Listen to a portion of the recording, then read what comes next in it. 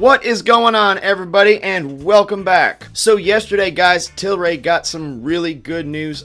It came out that the Canadian pot stock signed a deal with Novartis. And guys, if you're new to the channel, go ahead and subscribe now so you don't miss any content or update videos. And also, guys, please drop a like on this video. It really helps my channel grow, and I really appreciate all the support you guys give me.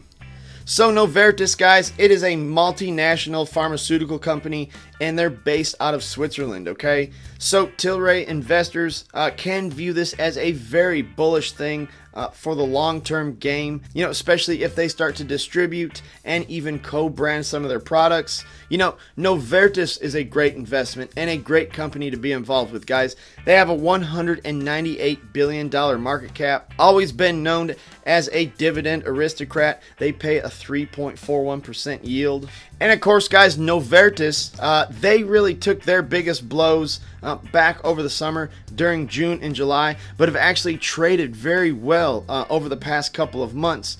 You know, they have dipped down, obviously, with the American and global economy taking a couple steps back right now, but they've had a very good performance since June and July, guys. Like I said, a very dominant pharmaceutical company that could take Tilray to the next level. So Tilray got a really good boost, guys, and the stock performed very well yesterday.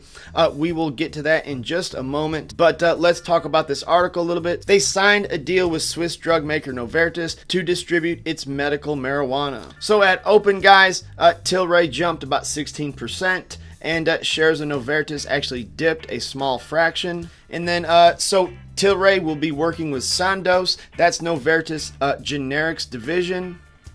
And under the terms of the deal, Sandoz may help globally commercialize Tilray's non-smokable, non-combustible medical cannabis products. Okay, so now I have not visited the Tilray website in a little while. I probably need to go back and look over it again, but I remember hearing something about 60% of their products were non-smokable and non-combustible. And also talks about how Novartis may also co-brand some of their products. So this is a big boost. It's also a big vote for Tilray investors. So Tilray stock has got beaten very hard, guys. Let's go over to the chart. There's a couple things we need to talk about. So Tilray started trading on the NASDAQ of July this year, guys, and believe it or not, this was a $24 to $30 per share stock, you know, just a couple of months ago.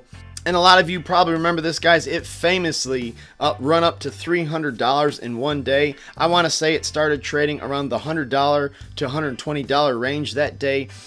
Ran up to $300. So that's when the SEC came in and halted trading that day. And when shares of Tilray were live again, it traded down to $150, okay?